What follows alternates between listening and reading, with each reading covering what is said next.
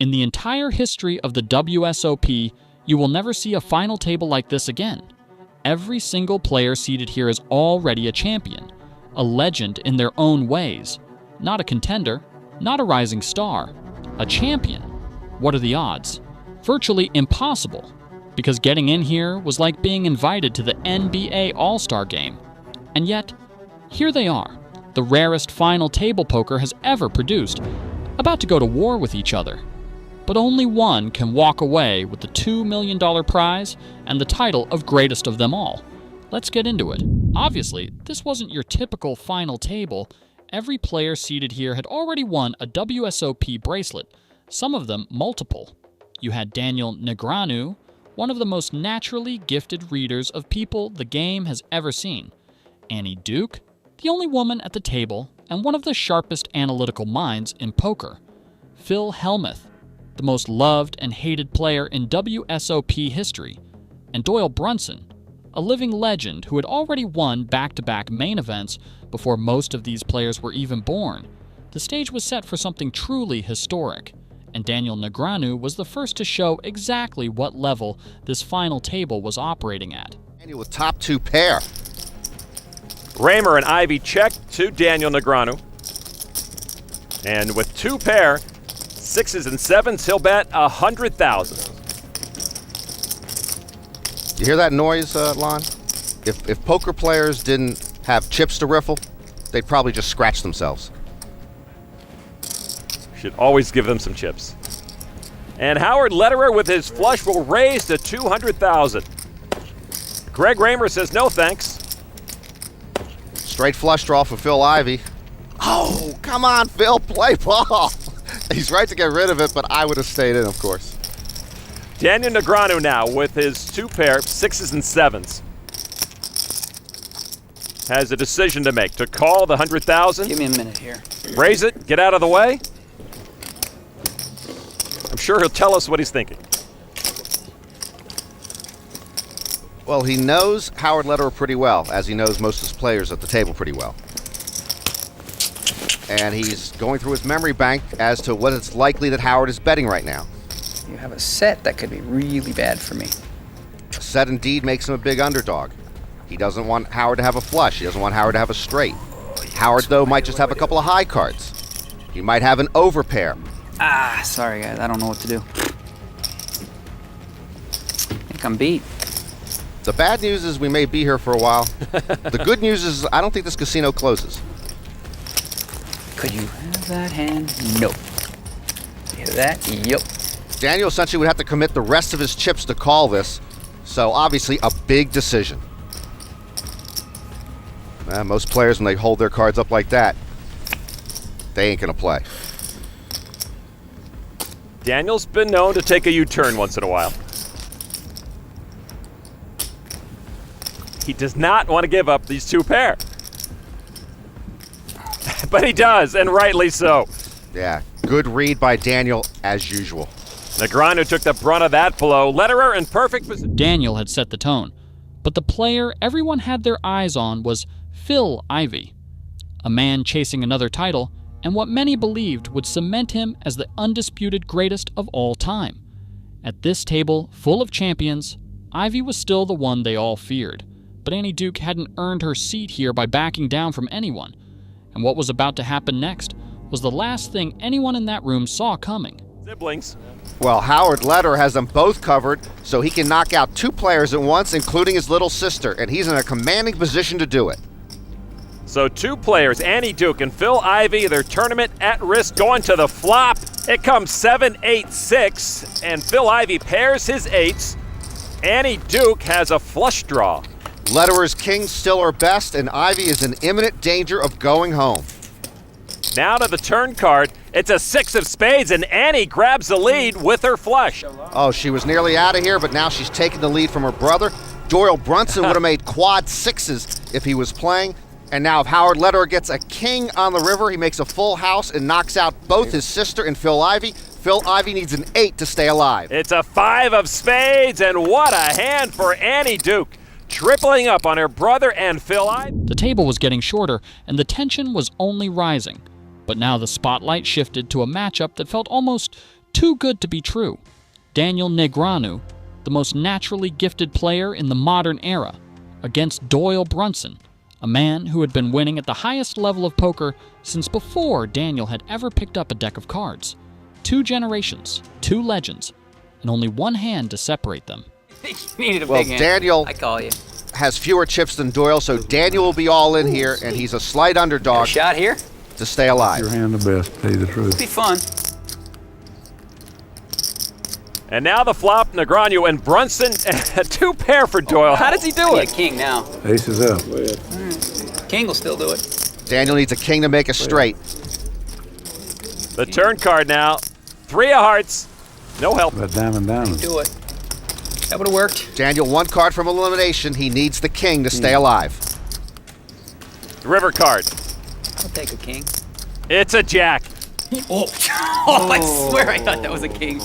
And that closes out Daniel Negreanu. You know, Lon, Doyle has a movie deal in the works, and he says he would... With Daniel gone, the dynamic at the table shifted completely, and now Phil Hellmuth was ready to make his presence felt.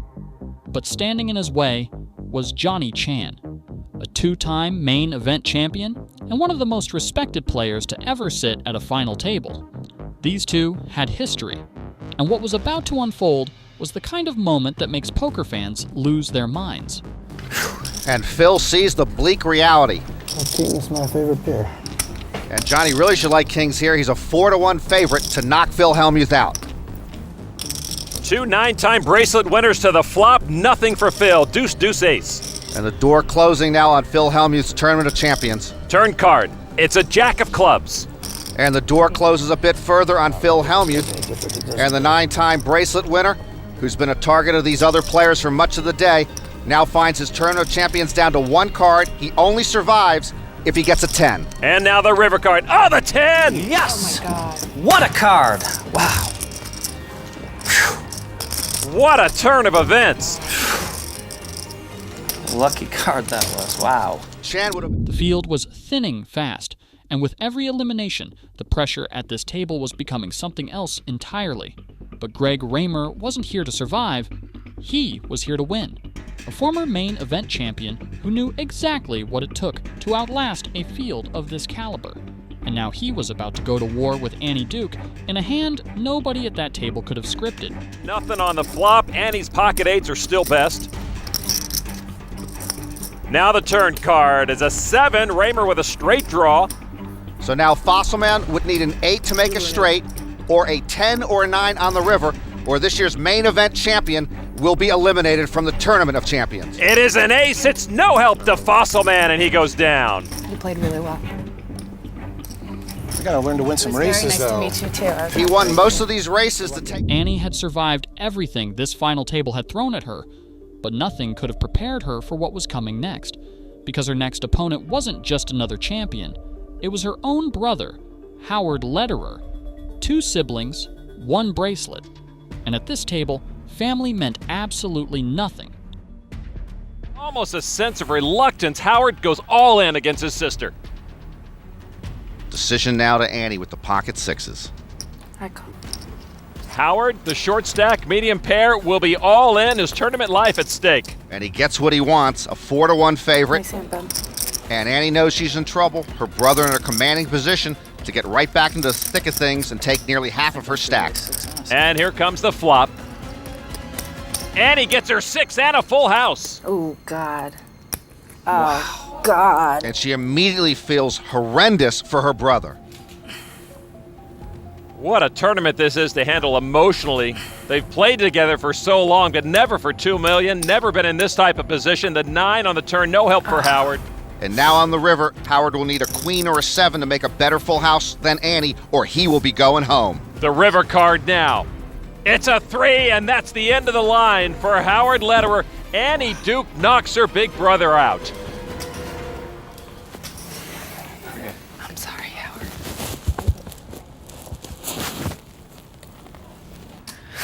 No, Annie already talked tonight about trying to avoid the emotional swings. This one, too big to ignore.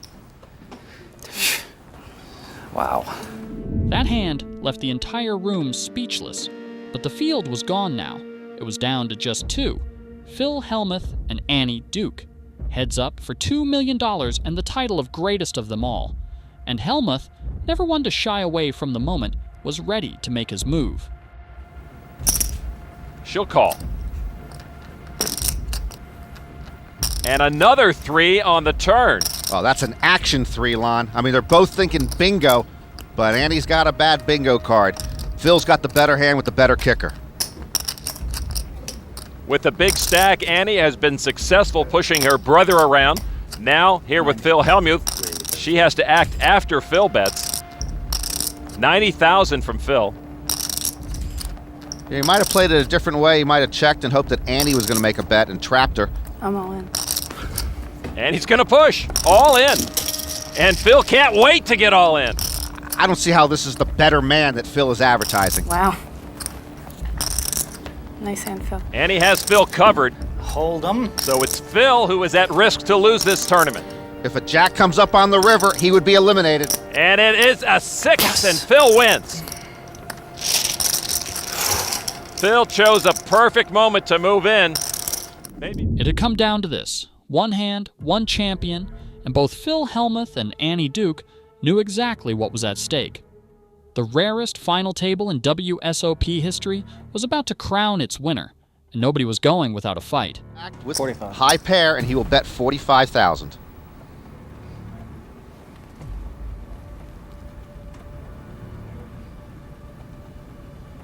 I raise. Annie Duke is going to raise Phil Hellmuth. Well, we heard Phil talking about earlier how he's trying to trap Annie. Well, she's had the cards to continue to try to sucker him out of more chips. 200. And she's going to raise 200,000 as she has set her trap. She said aggression would be a key in this tournament, and she is trying to prove that theory right now. Phil liked this flop.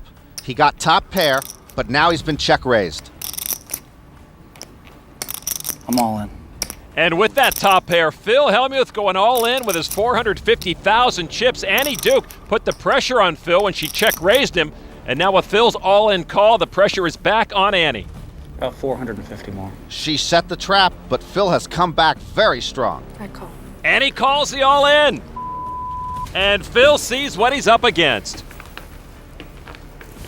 And Annie is overcome with emotion, seeing how close she is to winning this championship.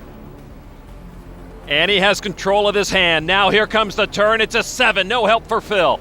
Annie Duke is now one card away from $2 million. An 8, please. Phil Hellmuth needs an 8 to win this pot. Both players on their feet, anticipating the river card. It's a 3! Annie Duke has defeated 9 of the strongest poker players in the world and wins the first ever World Series of Poker Tournament of Champions. What the is going on? Unbelievable. She won every race for 2 days. Damn it. Show up with king 10. Overpair against overpair. She check raised me 6 times. I know she didn't have it all 6 times. Oh my God, I won! Oh. She had to be 30 to 1 to win this.